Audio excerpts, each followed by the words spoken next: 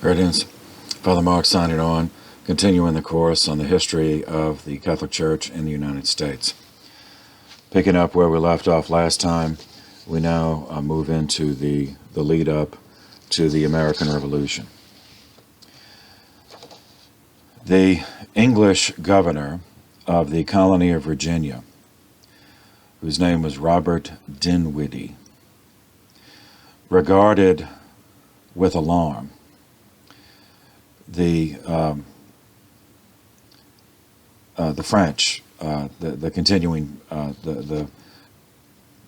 continuing refusal of many French colonists in Canada and the Louisiana Territory to accept that the home country of France lost the War of the Spanish Succession.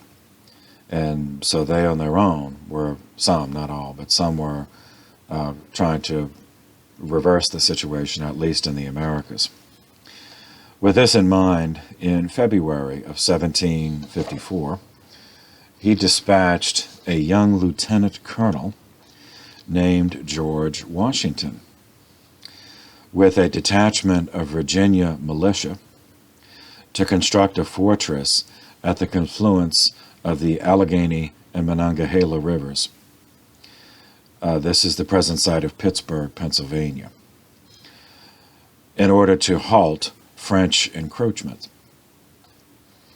In response to reports from Governor Dinwiddie of French incursions, the British government advised their colonial subordinates to solidify an alliance with the Iroquois tribes, as the French enjoyed the aid of the Algonquin tribes.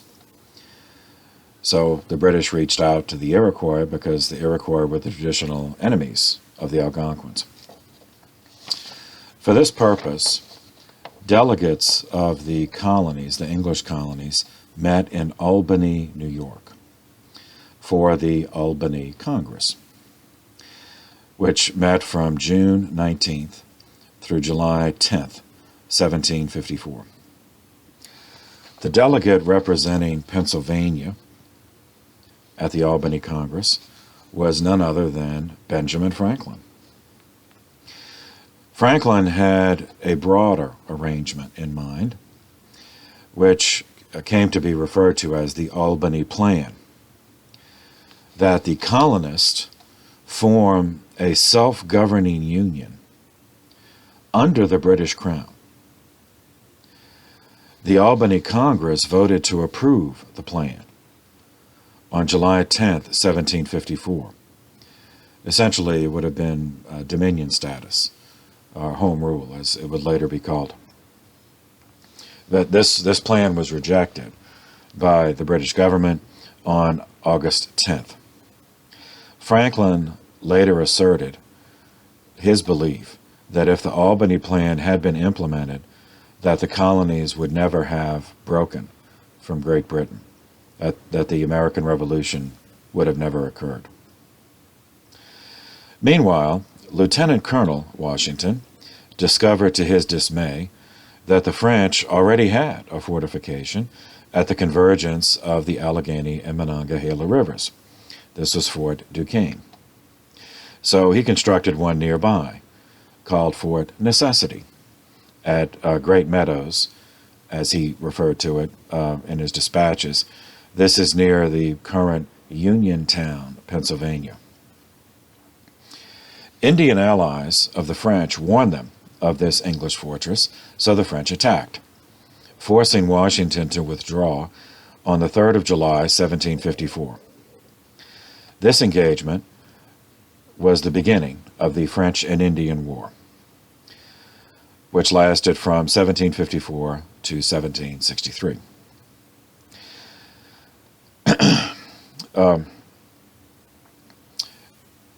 Recognizing the strategic importance of the Ohio River Valley for future colonial expansion, both Great Britain and France dispatched reinforcements.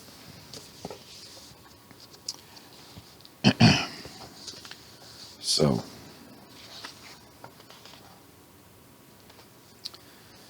all right.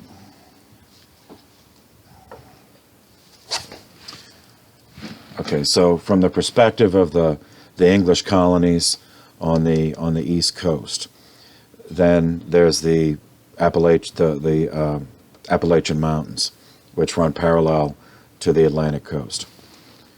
Now, inland, from their perspective, inland takes us to Ohio. So here is the Mississippi River and the Ohio River all the way up here. Follow it all the way. And it is fed, the Ohio River is fed from other rivers in Pennsylvania, such as the Allegheny and Monongahela. So from their perspective, so the French over here in the Louisiana Territory and the English over here on the coast, so the area in between was in dispute. And this is what they were fighting over in the French and Indian War, who was going to control this. And so access from the coast to the Mississippi River, and therefore all of what had been French Louisiana, from the Great Lakes to the Gulf of Mexico, could be secured by the Ohio River Valley and all the rivers that feed into it. And so for this reason, the French and Indian War attracted a great deal of investment by both the British and the French in terms of money and manpower and homicide, a large body count. Meanwhile, back in Europe, France allied itself with Austria, Russia, Sweden, and Saxony in May of 1756 to oppose the growing military machine of Frederick II, or Frederick the Great, the King of Prussia. That's northern Germany. England, naturally, chose the opposite side. Whatever side the French were on, the English chose the opposite. So England allied with Prussia, with Frederick the Great. Learning through his spies of this combination against him, Frederick the Great attacked first, always seizing the initiative. As he said, one of Frederick's lines that was quoted by General Patton, l'audace, l'audace, toujours l'audace, audacity, audacity, always audacity. So he attacked first on August 29th, 1756, invading Saxony, capturing Dresden by September 10th. This began the Third Silesian War, as it is called in local German history, or the 7 Years' War in general European history, 1756 to 1763. Its causes were not directly related to the conflict in North America. However, since the French and the British were on opposite sides in both conflicts, the fortunes of one conflict impacted the fortunes of the other, because it affected how much each side could invest in the North American conflict. This led to the home governments of both England and France spending enormous sums of money and manpower on the war in North America. In the course of this conflict, on the 14th of September, 1756, Rome took cognizance of the issue of ecclesiastical jurisdiction in the British colonies. By way of background, in 1579, Pope Gregory XIII granted to the Jesuit general, the superior general of the Society of Jesus, whoever that happened to be, it's just by virtue of that office, whoever held that office, the privilege of extending faculties to missionaries in England. From 1631 to 1685, there was no Catholic bishop physically in England, because, as we've already covered, the penal laws, the anti-popery laws.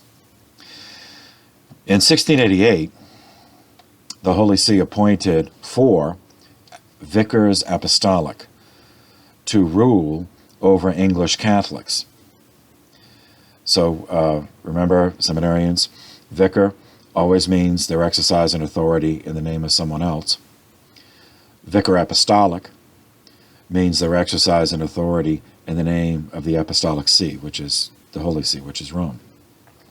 So vicars apostolic, in terms of holy orders, are ordained bishops, but they're considered auxiliary bishops of the Diocese of Rome.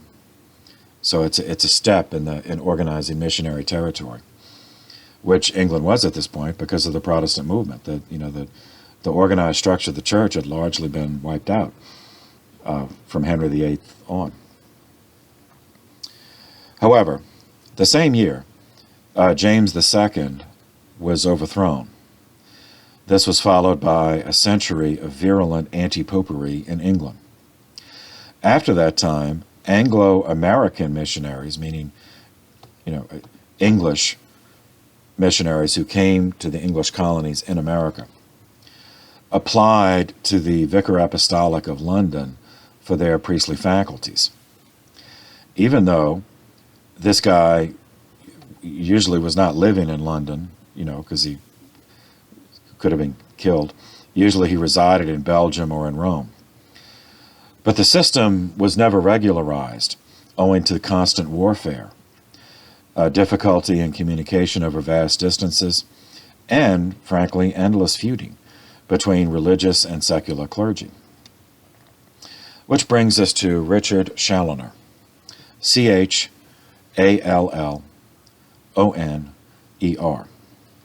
He served as coadjutor to the Vicar Apostolic of London from 1741 to 1758. Then he served as Vicar Apostolic himself from 1758 until his death in 1781. So meaning it spans the before and after of the American Revolution, which is why I'm talking about this. Bishop Challoner pursued two alternatives to this process, to this cumbersome four vicars apostolic process. Either, option one, would be to appoint a bishop for the colonies, for the English colonies in North America. Or, two, have the Bishop of Quebec at least visit the colonies to administer confirmation and possibly holy orders. Though at this point, the holy orders wouldn't have been, not in the English sphere. But neither course of action was successful in his lifetime. Rome felt that there were so few Catholics in the English colonies that they really couldn't support a bishop, that it just didn't merit having a diocese. And the Bishop of Quebec, initially, it was part of France, so he wasn't going to go do anything in the English colonies. And then after England took Canada, then he's on the watch list, so to speak, because he's a Catholic bishop. So the English, certainly the English in the North American colonies, like in Massachusetts, they weren't going to welcome a bishop. We saw how they treated the Acadian refugees in the last session and the Acadian priest. So they certainly were not going to welcome a bishop. So neither one of these ideas worked. Otherwise, Bishop Challoner is most famous among English-speaking Catholics for his revision of the Douay-Rheims translation of the Bible, which is the English translation of the Bible, an English translation of the Sixto Clementine, which was a translation which is ultimately based on the Latin Vulgate of St. Jerome. Challoner was born in Sussex, England, in 1691 into a Presbyterian family, Calvinist family. And the Presbyterians were Scottish Calvinists, so it would have Puritan. It would be in the English usage would be a Puritan family. His father, also named Richard, married Grace Willard in 1690. After the death of his father, his mother was impoverished. She became a housekeeper to a Catholic family named Gage, the Gage family, in Sussex. Thus, Richard was actually brought up in a Catholic household, because housekeepers at that point lived in the household. Although he was not baptized Catholic yet, he grew up in a Catholic household until he was about 13 years old. In 1705, Richard went to the English college at Douai in France. The border changed a few times between France and Belgium, but Douai. And he entered on July 29th. He remained there for the next 25 years, first as a student, then as a professor, then as vice president of the university in Douai. He graduated with a bachelor's degree in divinity in 1719 and was appointed a professor of philosophy. Ordained a priest in 1716, then 4 years later in 1720, he was chosen by the president of the university to be vice president of the university, an office which involved supervision of both professors and students. At the same time, he was appointed professor of theology and prefect of studies, so that he had the direction of the academic affairs. So he would be like the academic dean of a university today. In 1727, he obtained a doctorate in divinity. 10 years later, in 1730, Challoner was given permission to embark for England, and he was stationed in London. Though the penal laws were no longer enforced with extreme severity by that point, the life of many Catholic priests was still a difficult one, especially in London, in the city. He had to disguise as a layman in London. He had to celebrate Mass secretly in obscure alehouses or warehouses or under a tree, outside of wherever small gatherings could assemble without exciting notice. 8 years later, the president of Douai College died, and efforts were made by the Senate, the University Senate, to have Challoner recalled and appointed president. But the bishop, Benjamin Petrie, who was the vicar apostolic of London at the time, had already had Challoner as his vicar general, opposed this on the ground that he desired to have Challoner as his own coadjutor bishop, which means a bishop who would be the automatic successor. The Congregation of the Propagation of the Faith in Rome apparently had arranged Challoner's appointment as president of Douai, but then received Bishop Petrie's objections, and then they sided with the bishop. So papal documents were issued, dated the 12th of September, 1739, appointing Challoner as a coadjutor bishop. He was ordained a bishop and consecrated as coadjutor on the 29th of January, 1741, in a private home. Of course, this all had to be secret. It was a chapel in a private home, a secret chapel in a private home, in Hammersmith, London. Challoner devoted much of his time and energy to revising the English Catholic Bible. He had long perceived a need to update the language of the Douai Reims that had appeared over the years 1582 to 1610. Challoner did not set out to make a new translation from scratch. Rather, his aim was to just remove antiquated words and expressions so that the Bible would be more readable in English, to ordinary Catholics. While still at the University of Douai, he was one of the approving prelates for revision of the Douai Reims New Testament, published in 1730 by the college. After returning to England, he and another guy named Francis Blythe published in 1738 another revision in an attractive large folio edition. In 1758, Bishop Petrie died, and Challoner, as his coadjutor, automatically succeeded as Vicar Apostolic of London.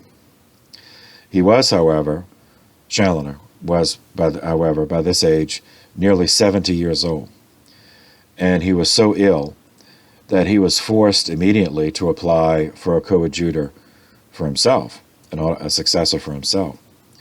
The Holy See appointed James Talbot to this office. Challoner's extensive activity is all the more remarkable because his life was spent in hiding.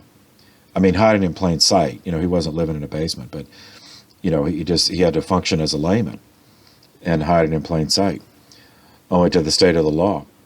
And he often had to hurriedly change his lodgings to escape, so that he would not attract and the people who were housing him would not attract the attention of Protestant informers who were anxious to earn the government reward of £100 for the capture and conviction of a priest.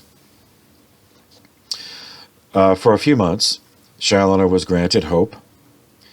The Papist Act of 1778 was the first legislation attempting relief for Catholics in England in terms of civil rights, granting them the citizenship, full rights of citizenship.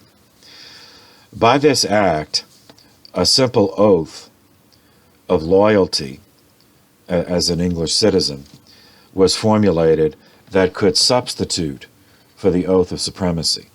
So they could still pledge their loyalty to the monarch and to England, but without declaring their recognition of the monarch as head of the church.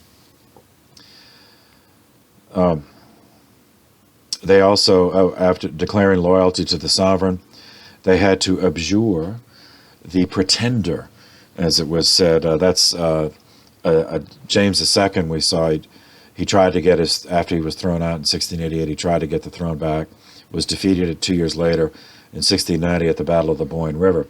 But he had descendants that continued to claim to be the rightful monarchs. And for the English, they always called them the pretenders. The pretender at the moment was a descendant and was still claiming that. They also, as part of this substitute oath, had to reject the view that excommunicated rulers could be lawfully murdered, and that no faith should be kept with heretics, and that the Pope had temporal as well as spiritual jurisdiction in Great Britain. They had to reject, in other words, in their oath, they had to reject all of that. Those taking this oath would then be exempted from some of the provisions of the Popery Act of 1698. The section as to taking and prosecuting priests would be repealed, as well as the penalty of perpetual imprisonment for keeping a Catholic school. Catholics would also be able to inherit and purchase land by means of this Relief Act, as the Catholic Relief Act, so to speak, of 1778. The passing of this act by Parliament triggered urban violence. In English history books, it's called the Gordon Riots of 1780, named for Lord George Gordon, who became president of the Protestant Association of London in 1779. This group successfully prevented a Catholic Relief Act in Scotland and organized to do the same in England. The Gordon Riots of 1780 consisted of several days of rioting and urban violence in London based on, anti-Catholic hatred, and the main violence lasted from June 2nd to June 9th, 1780. It began with a massive but initially orderly, peaceful protest in London against the Papist Act of 1778 before it was passed, so while it was being debated, so in other words, intimidation. Lord George Gordon warned that if passed, the law would enable Catholics in the British Army to become a dangerous threat. He didn't explain how exactly, just that of course it would. Then the protest escalated, and then when the law passed, especially, it escalated, and then the looting began, the vandalism, the arson, including attacks on Newgate Prison, busting out prisoners, attacks on the Bank of England, the actual building of the Bank of England, and which was the most destructive rioting in English history up to that point, and had done more physical damage to the city of London than anything since the fire that we talked about previously in the reign of Charles II. The Gordon riots only ended when the regular army moved in and started shooting. They started shooting the rioters, resulting in an estimated 700 deaths. Then they dispersed. These riots came near the height of the American War for Independence, the American Revolution, when Britain, with no large allies, were fighting American rebels, as well as fighting France and Spain, both of which allied with the rebelling colonies because they hated England and they had a vendetta against England. So, all this is all going on. There's so many things going on in this late 18th century, and we can only cover a little tiny sliver. So I mention that because that's background. So the statesmen, the king and the statesmen in England who were making decisions that, normally if we just cover them from the perspective of American history, make no sense at all. But keeping this background in mind, it does. At least makes a little more sense. At least we can connect the dots, even if the decisions still seem misbegotten, from our perspective. At least we can connect the dots, keeping in mind what was going on in their city. This is their capital city. This is where these guys went to work. Challoner never recovered from the shock of the riots. He was, as the account says, he was seized with paralysis, so that probably means a stroke. And he died on the 12th of January, 1781, at the age of 89. During the 7 Years' War, the French and Indian War, 7 Years' War, Pope Benedict XIV died on the 3rd of May, 1758. He was followed as Pope 248 by, his baptism, he was born into a wealthy Venetian family, baptized Carlo della Torre Rosanico. But as Pope, he took the name Clement XIII. He had a background as a canon lawyer, and he had served on the Rota, which is the Church's Supreme Court. His collected decisions, before he became Pope, were collected into a 3-volume textbook, which was used as the standard for generations of canon lawyers. As Pope, Clement XIII faced pressure from rationalism. I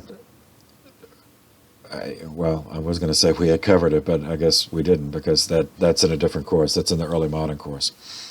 So, you seminarians should know what rationalism is. We covered that. But those of you just watching the channel, that would be another course, which I have not yet uploaded, because that takes place next semester. So, I know. So rationalism was an intellectual movement in the 18th century, actually started in the late 17th century, because of the wars of religion, as a reaction to the 130 years of the religious wars between Catholics and Protestants. The emergence of the age of science and the age of reason. There were many thinkers in Europe who, after the 5 generations of bloodshed triggered by religious differences, came to regard a religious view of the world as unsafe, and so embraced rationalism as a protection against religion. So rationalism was not was not specifically just anti-Catholic. It was anti-religion. It just saw that a religious view of the world is not safe, and condemned equally Catholics and Protestants for this. And this was the time Clemens was, so he's facing that a general ambient turn against religion, a mistrust of religion. And there were in the course of this, there were many monarchs of Catholic countries, including France and Spain, that formulated policies that were anti-papal, and beginning in Portugal and Spain, pursued the suppression of the Jesuit order, as we alluded to previously. Not because they had become anti-Catholic, just in order to steal the property. That this is not the first, the last, or the only time in history, that governments, secular authorities, have used the law to steal from the church, to take the resources from the church. In this case, they did it to replenish the royal treasuries depleted by all the endless, pointless warfare that had taken place throughout the 17th and 18th century, all the dynastic wars. Pope Clement was aware of these international anti-clerical, anti-religious trends, and having endured centuries of legal disabilities imposed by the British anti-popery laws, Anglo-Catholics, both in England and especially in the English colonies, which is our interest here because of the Revolution, they perceived an opportunity to prove their loyalty. Hoping to achieve civil rights, Catholics volunteered for service with the English against the French, even though France was a Catholic country.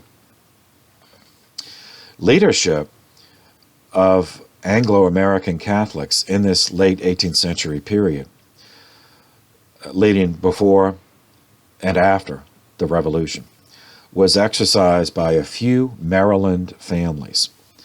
The most important for our purposes was the Carroll family. That's Carroll.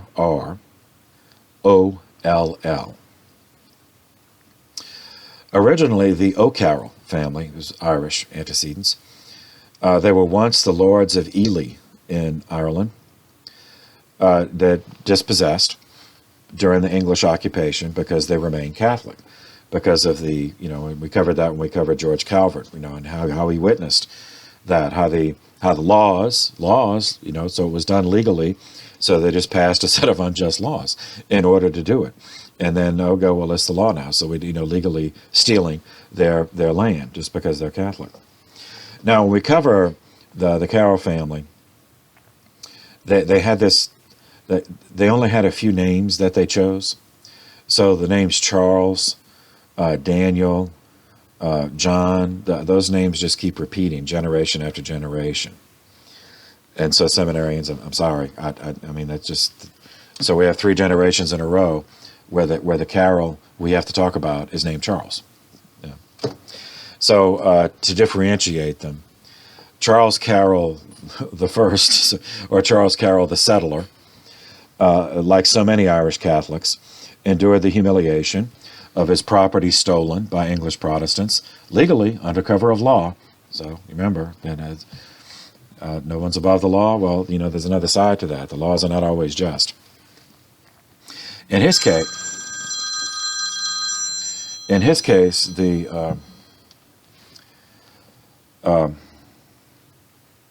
the O'Carroll family estate was a castle, because they were lords. It was in the Irish Midlands. Charles Calvert, who was the 3rd Lord of Baltimore, a grandson of George, we covered, and the proprietor of Maryland, of the Maryland colony, when he heard about what happened to Charles Carroll, offered him a job, offered him position of Attorney General in the colony of Maryland, which, because it was a proprietary colony, just the private property, essentially, of the Lords Baltimore, then he could do that. Like, he would not have to divulge. It was not a royal colony. in which case he would not be able to serve as Attorney General because he was Catholic. And so Charles Carroll, the settler, gratefully accepted. And for that, he promptly dropped the Gaelic O from the O'Carroll name so he could sign documents in Maryland without attracting too much attention. He arrived in the colony on October the 1st, 1688. In colonial Maryland, Carroll could own land. When he saved enough money, he first acquired 500 acres in what is now Prince George County, Maryland, which he designated as Carroll's Forest. In 1689, he acquired another 1,000 acres in Baltimore County, Maryland, which he nostalgically named Ely O'Carroll. With his material situation then secure, he and Martha Underwood, who died in 1690, and then Martha Darnell, together had 10 children. So he had one, with his first wife, then she died, then his second wife. So Martha Underwood, then Mary Darnell. They had 10 children, of whom 3 sons and 2 daughters survived. So a 50% mortality rate, infant mortality rate, which was not unusual in the 18th century. Their eldest son, Henry, died at sea while returning from his education in Europe. But the next Charles we have to talk about, Charles Carroll II, so to speak, or Charles Carroll of Annapolis, as we'll call him, was born in 1702, and his younger brother, Daniel Carroll, was born in 1707. They survived. Charles Carroll, the settler, the one who brought the family, died in 1720, leaving that estate intact to the family. It was the largest estate by the time he died. It was the largest estate in early 18th century Maryland. He had managed it very well. It grew to 47,000 acres. And to connect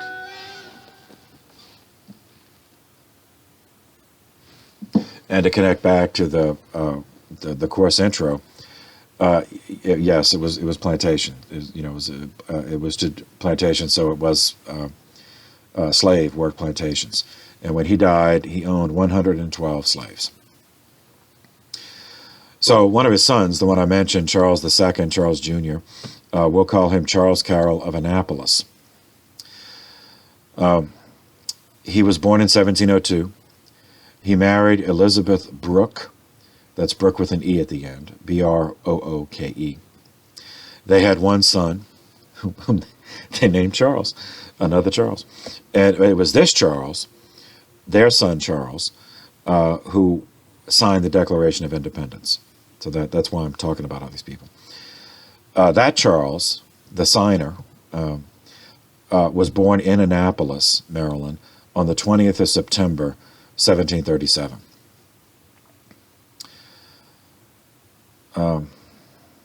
Charles Carroll of Annapolis had been educated in Catholic schools in France, like his father. So there could be no Catholic schools in the English colonies.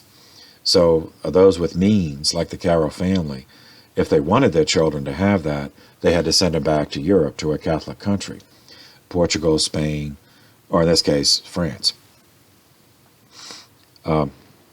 And Belgium, France and Belgium.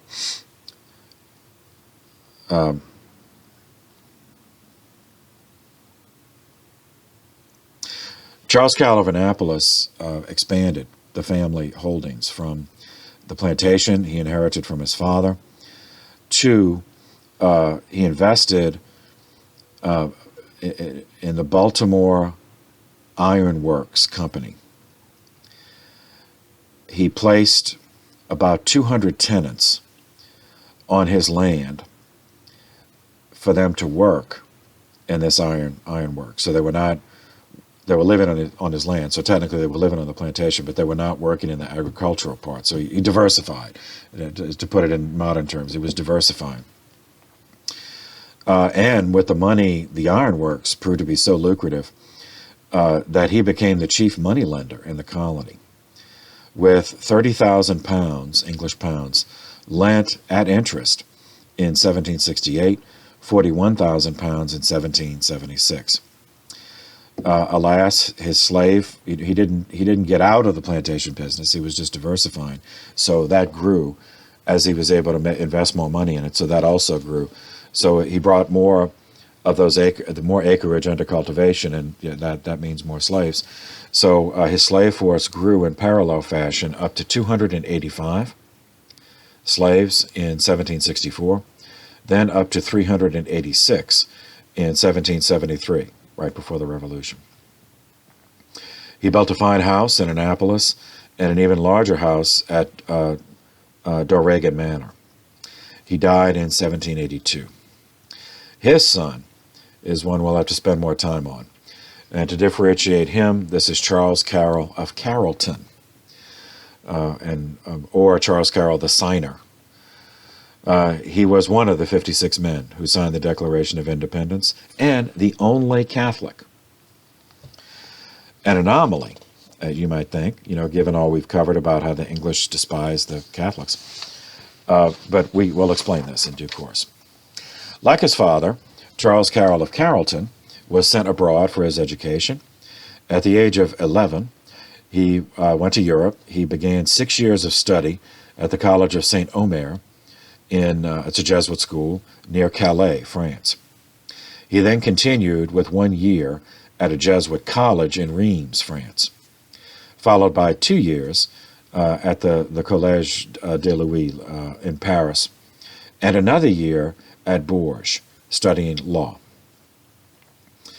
He then went to England and studied law, read the law, as they would say then. He studied law at the Middle Temple in London for several years.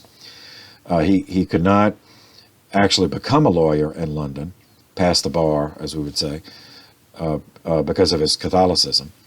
But he did learn the English law, common law, especially property law and commercial law, which he would need to manage his inheritance, because he inherited a huge plantation, plus a private banking business, a money lending business, as well as the ironworks. He returned to Annapolis in 1764 at the age of 27.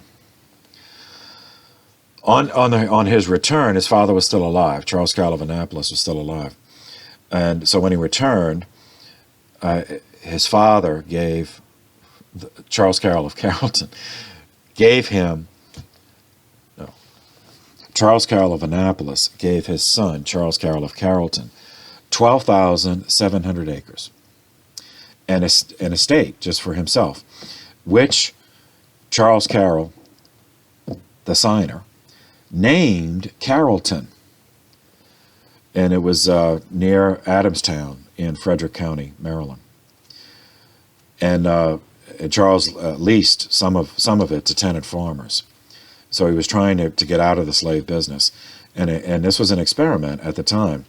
Could the same amount of produce be grown profitably by using free labor, by dividing it into small not freehold, but a step above sharecroppers. So it'd be tenant farmers, meaning that they would grow food, they would keep a portion to eat themselves, and then the rest they'd give to the owner instead of paying rent. So like it would be their rent, pay in kind.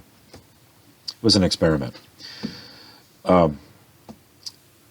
He then married Mary Darnell.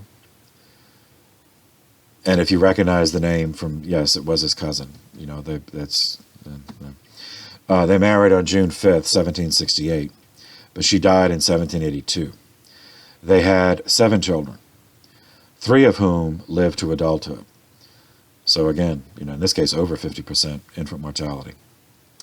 Charles then took up residence at the Dorregan Manor in 1765 and lived there until his death in 1832. He was the last of the signers of the Declaration of Independence to die. His grave is beneath the pavement beside the altar in the chapel of that manor house. A cousin of Charles Carroll, the signer, was named Daniel Carroll. He became one of only 2 Catholics to sign the Constitution of the United States. This Daniel, one of his sons, was John Carroll, who became the first Catholic bishop within the current borders of the United States. The first diocese in the United States was Baltimore, and John Carroll was the first bishop. Meanwhile, Charles Carroll of Carrollton, when he returned to Maryland in 1764, that was 1 year after the 7 Years' War and the French and Indian War concluded. It had been a bloodbath, and all hyperbole aside, it was a world war in the sense that multiple hemispheres were involved. So we already mentioned the Europe as well as the Americas, but also other colonial holdings. So they were killing each other in India as well. So it was a world war. And estimates are that 1.4 million died during this conflict, ranging from Europe to North America to India. The formal conclusion of the war was codified in the Treaty of Paris, dated the 10th of February, 1763. This treaty completely realigned the political and ecclesiastical jurisdictions in North America. France lost its entire continental colonial empire, with Canada going to England and Louisiana going to Spain. Now remember, when I say Louisiana, that in this context it's the territory. So that means from the Great Lakes down to the Gulf of Mexico, as well as along the coast from Louisiana to, including Alabama, Louisiana, Mississippi, Alabama, up to the border of Florida, which had been Spanish. But Spain lost Florida to England in this treaty. This meant that political jurisdiction over the entire region was exercised by the King of Spain, meaning the Louisiana Territory. So that meant ecclesiastical jurisdiction had to change. So it was no longer the Bishop of Quebec. So now it has to be a Spaniard. So it was changed. The ecclesiastical jurisdiction was changed to the Bishop of Santiago in Cuba. Previously, we met that, an earlier bishop, obviously, but we met that bishop had jurisdiction over Florida. So with this, the Spanish lost Florida, but got the Louisiana Territory. So initially, that bishop then just assumed ecclesiastical jurisdiction over the newly acquired Louisiana Territory. Whereas the other Spanish holdings further west, from Texas to the Pacific, those were all handled, as we saw in an earlier session, by bishops in Mexico. English control of what had been French Canada led to imposition of the Act of Supremacy. And the population initially, was Catholic because they had been French for so long. And many refused to sign it because the act stipulated that the monarch was head of the church. This led to a persecution of Catholics in Canada, in eastern Canada. Now, the reason I said this whole conflict it led to the American Revolution, such that it's entirely possible the revolution would not have occurred without this conflict, began the very next year. The treaty was signed in 63. The very next year, 1764. England discovered mathematics, that one cannot spend endlessly, irresponsibly, all the money in one's treasury and think that money is still going to be in the treasury. So with the treasury empty, the British government looked to the American colonies for revenue to compensate for the cost of what had been, at least in part, a war fought on their behalf. against the French. In that year, 64, the Chancellor of the Exchequer, that's like the Secretary of Treasury in our usage, his name was George Grenville. He proposed, and Parliament passed, the American Revenue Act. In American history, this is called the Sugar Act. April 5th, 1764. It was a tax on raw sugar, but also a tax on sugar products, such as molasses and rum, meaning a double tax. So if you grew sugar, you had to pay a tax on the raw sugar. Like sugar, it would be cane mostly at this point. They weren't doing beet sugar yet. But then if you also happen, maybe you sold some of the sugar, but then you kept some to make molasses and rum, then you had to pay a tax on that product. And just for those who would try to get around it and get sugar from the French in Martinique or Saint-Domingue, it prohibited import of sugar from anywhere else, from any foreign source. So it was a monopoly. In other words, it was a tax theft, just another form of tax theft. But using legally imposed, so this is Parliament, they're passing the law.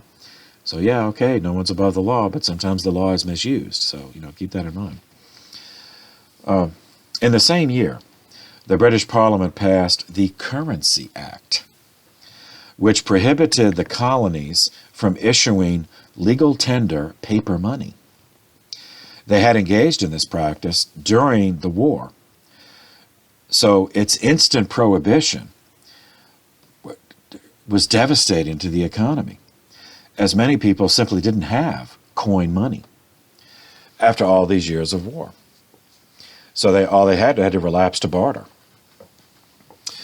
It was in response to this that the Massachusetts Colonial Assembly became the first to protest these acts, using the later famous phrase, no taxation without representation.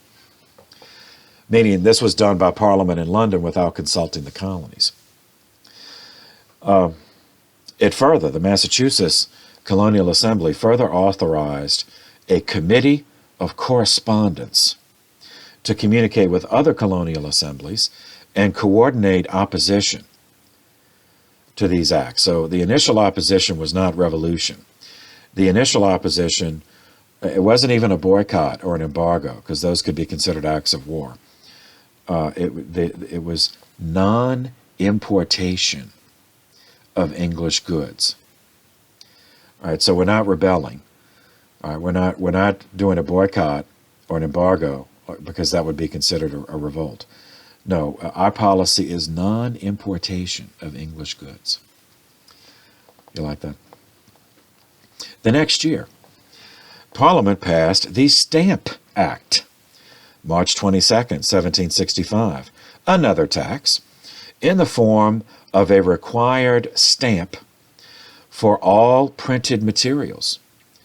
So you had to pay, in other words, a stamp, a stamp which cost the government nothing, but you had to pay them for that. So it was just a naked fundraiser.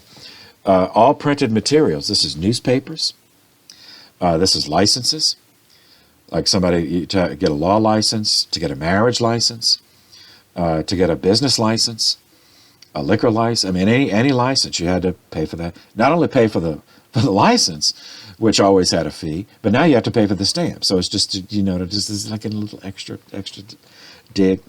All legal documents, all contracts, all legal documents had to have the stamp.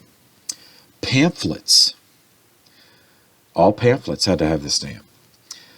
Shipping manifests. So this is an invoice. Like, to have an invoice, you had to pay to have that stamp on it. Insurance policies, you had to pay. You had to pay for the policy. Then you also had to pay for the stamp to put on the policy. And even playing cards, like poker or whatever card games they were playing then, they were printed. It was printed, so you had to pay for the stamp.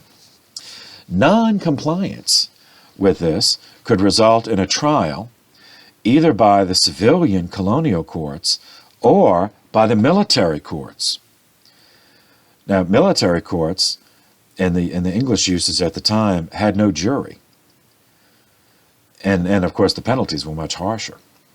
The reasoning being that this tax was in part to pay for the defense of the colony.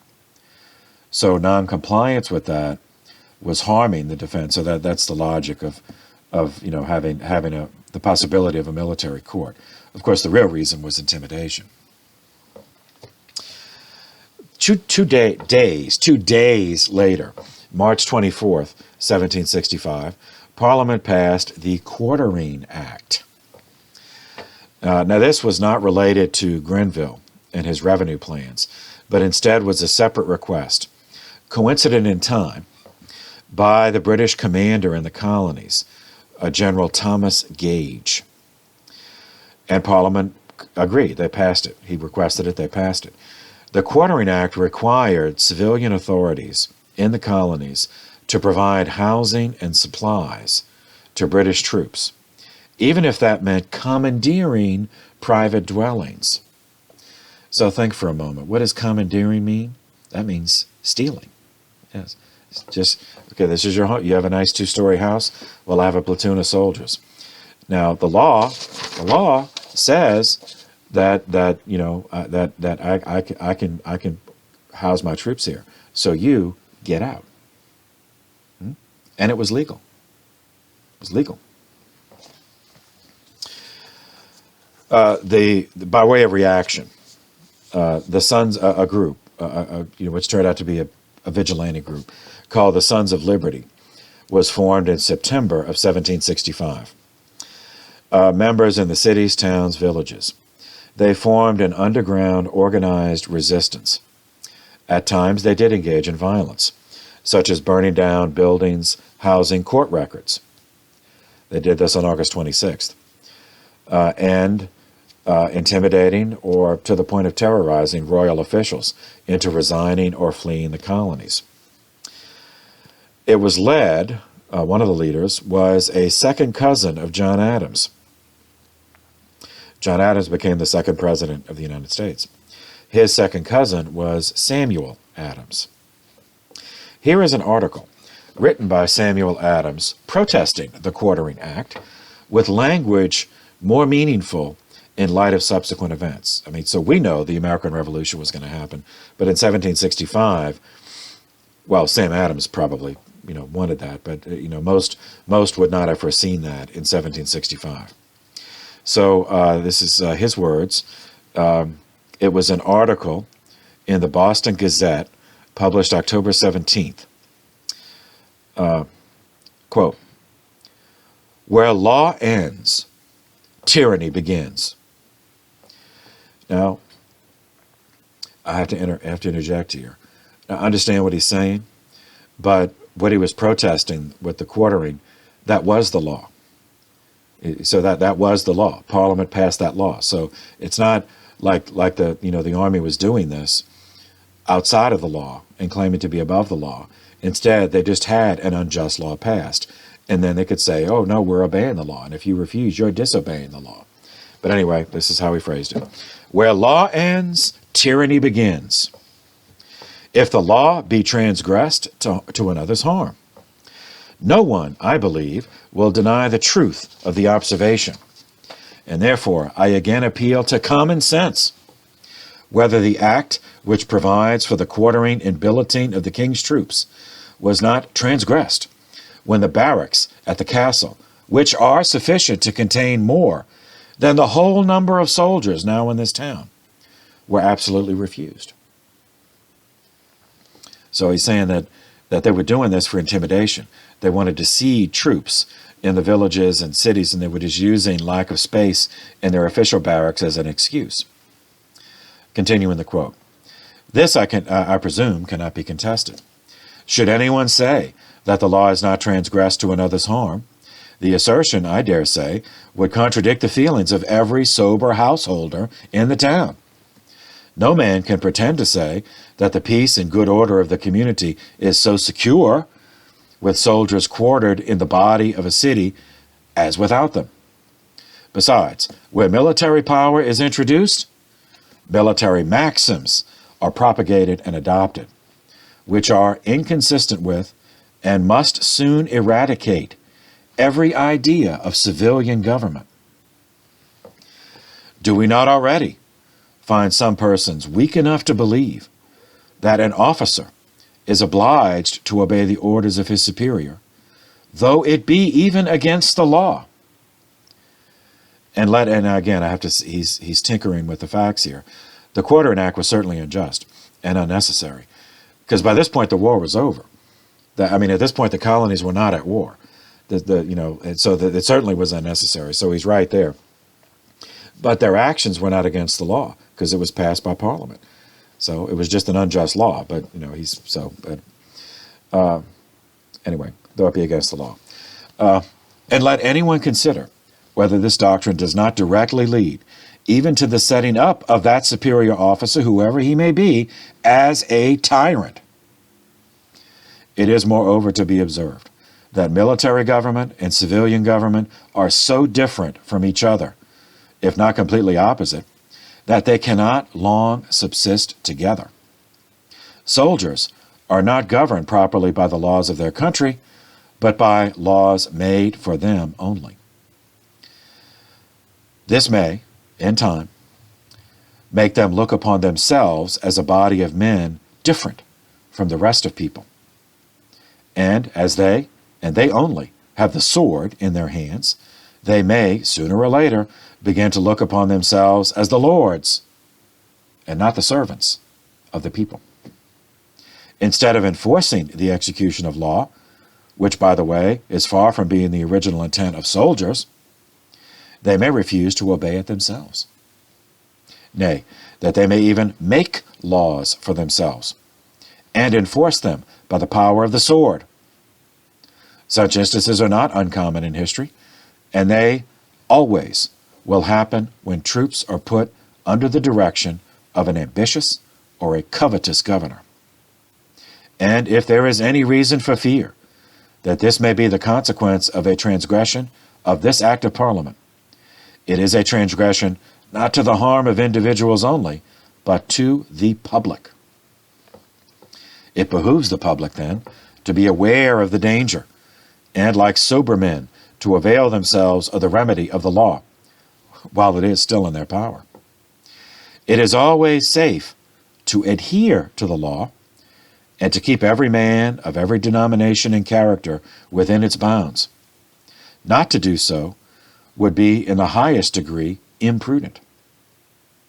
Whenever it becomes a question of prudence, whether we shall make use of legal and constitutional methods to prevent the encroachments of any kind of power, what will it be but to depart from the straight line, to give up the law and the Constitution?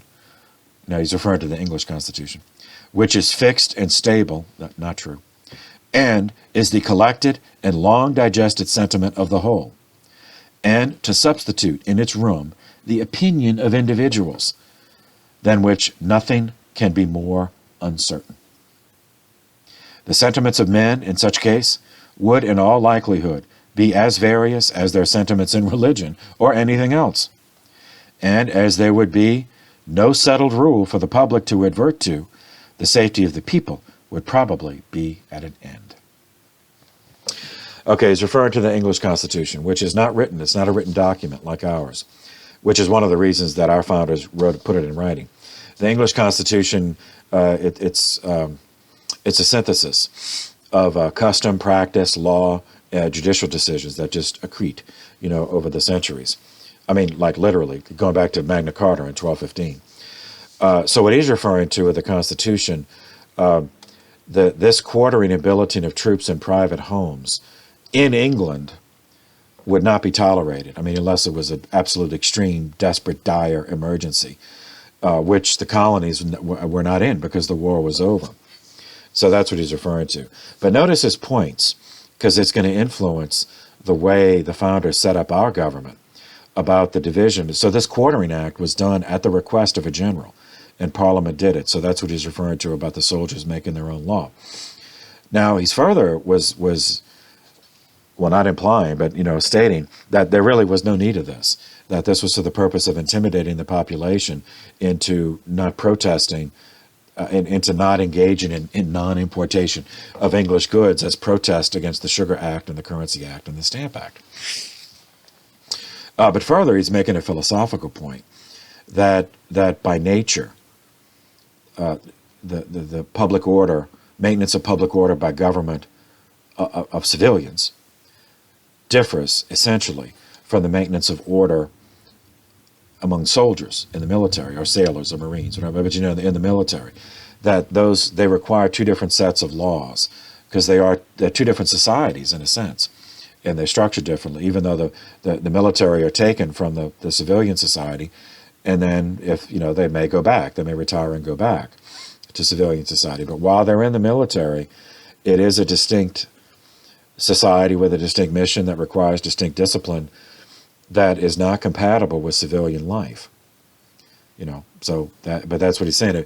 If this is, it could have no effect other than if you're going to house troops without real need in civilian headquarters, and they're just going to administer law on their own. Well, while they're still soldiers, they're going to treat the civilians according to their law, which is much harsher, even though the civilians did not elect to be in the military, and we're not even drafted in the military. We're not trained. They're just because of this Quartering Act. All of a sudden, okay, we have soldiers living in these houses, telling us what to do. So keep this in mind when the founders set it up: the strict division between civilian and military, and that the commander-in-chief is a civilian. The president's a civilian, and that the funding of the military comes from the legislature, which is civilian. And there are all kinds of safety guards about use of the military against civilians, against the civilian population. It can be done. It certainly has been done. But there are safeguards for that. And often when it is done, it's the National Guard that does it, which are technically state militia. That's not the federal army. Anyway, so an essential snapshot window into the thinking of a founding father at the time, protesting one of these acts. All right, 1766, the non-importation strategy worked, and that was essentially passive resistance. It was like Gandhi. It was peaceful resistance, non-importation. Excuse me.